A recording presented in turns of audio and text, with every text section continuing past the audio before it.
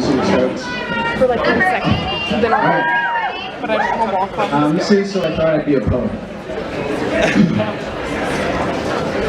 Man, I'm so lost. So last night I made the tragic decision to be a poet. And to kick off my career, I thought I'd write this poem. Now, I didn't spend a lot of time, so please don't consider it a crime to have to sit and listen to my lines. But before that, funny thing, while I was writing this poem, I realized I didn't want to be a poet because I'm an architect. With my words, I can build things. I speak and create schemes of cities that expand endlessly, housing my thoughts gently in their dimly lit apartment compartments. Through writing, I destroy old heritage buildings that display the bitterest memories in glass cases, smudged with fingerprints all around, you know? I think those prints are mine. I could probably use these hands for happy things if I tried. Which reminds me, while I was writing this poem, I realized I didn't want to be a poet because I'm an artist. The night's canvas is my backdrop, and numberless stars kiss the darkness as I slip again into fever dreams.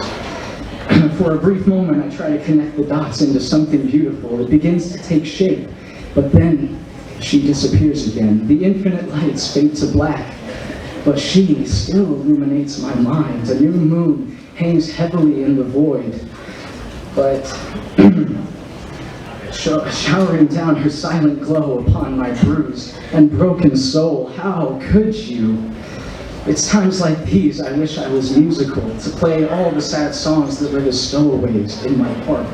So before I share this poem, please, that brings me to another thing. While I was writing this poem, I realized I didn't want to be a poet because I'm a musician. Fun fact, I can play anything with chords. I like to string them down my cheeks and gently strum while I croon the bitter blues. And when I feel all mystified by my misty eyes, I seem to lose track of all the time. Yours and mine, I miss you.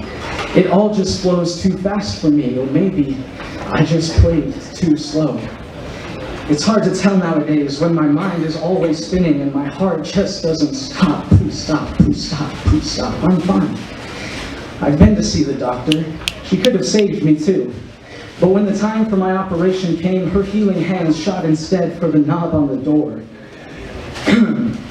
Before she left my heart to wax cold, she turned to look at me one last time.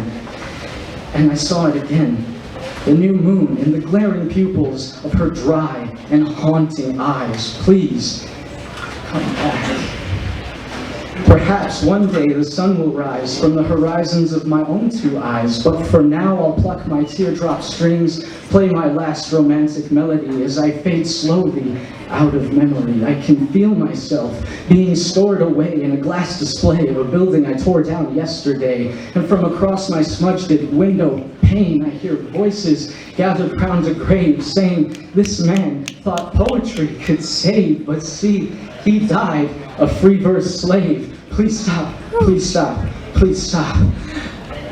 So I thought I'd write a poem, but I changed my mind.